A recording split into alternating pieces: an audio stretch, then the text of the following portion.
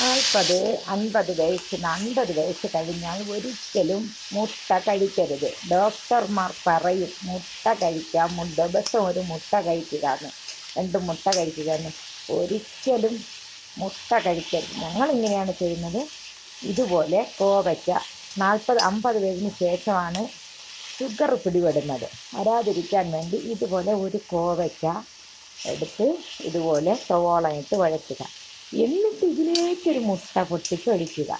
അങ്ങനെ ദിവസം കഴിച്ചാൽ ഈ കോവയ്ക്ക ഷുഗറിനെ ഇല്ലാതാക്കും. മുട്ട പ്രോട്ടീനാണ്.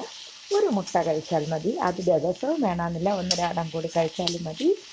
എന്നിട്ട് നിങ്ങൾ ചെയ്യേണ്ടത് മുളപ്പിച്ച പയർ, മുളപ്പിച്ച കടല, മുളപ്പിച്ച മുതിര, ഇതൊക്കെ കറി വെച്ചോ അല്ലാതെയോ പച്ചയ്ക്കോ ഒക്കെ സലാഡ് ഉണ്ടാക്കിയോ കട്ട്ലറ്റ് ഉണ്ടാക്കിയോ ഒക്കെ കഴിക്കുക.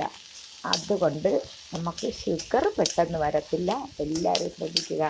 ഈ ഡോക്ടർമാർ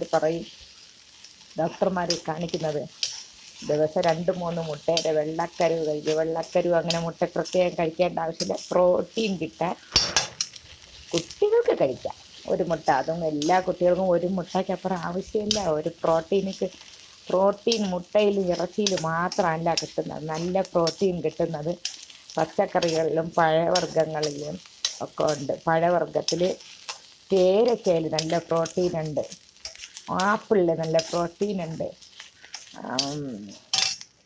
വേണ്ട, കോവയ്ക്ക വഴറ്റിയതിന് ശേഷം 4-5 കോവയ്ക്ക വഴറ്റിയതിന് ശേഷം അതിൽ ഒരു മുട്ട ഇതിലേക്കിട്ട് ഇങ്ങനെ മുട്ട കഴിച്ചാൽ നമുക്ക് ദോഷം ചെയ്യില്ല.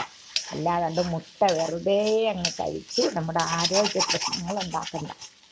ഇതുപോലെ ചിക്കണം. എന്നിട്ട് ഇതിൽ ഇത്തിരി മുളക് പൊടിയും ഇത്തിരി ഉപ്പും കുരുമുളക് നല്ലതാണ് ഇട്ട് ഇങ്ങനെ ചിക്കി എടുത്താൽ മതി. വളരെ നല്ല പ്രോട്ടീനും കിട്ടും. അല്ലാത്ത സമയം രാത്രി പയർ മുളപ്പിച്ചതിട്ട് ഉണ്ടാക്കാം, വൈകുന്നേരം സലാഡാക്കി കഴിക്കാം. ഇതൊക്കെ കഴിച്ചാൽ മതി. നല്ല പ്രോട്ടീൻ കിട്ടുന്നതാണ്. രോഗങ്ങളും വരില്ല. അല്ലെങ്കിൽ നമ്മുടെ ശരീരം നമ്മുടെ ഭാരത്തിന്, നമ്മുടെ ഉയരത്തേക്കാൾ വെയിറ്റ് വെച്ച് പെട്ടെന്ന് രോഗങ്ങൾ പിടിപെടും.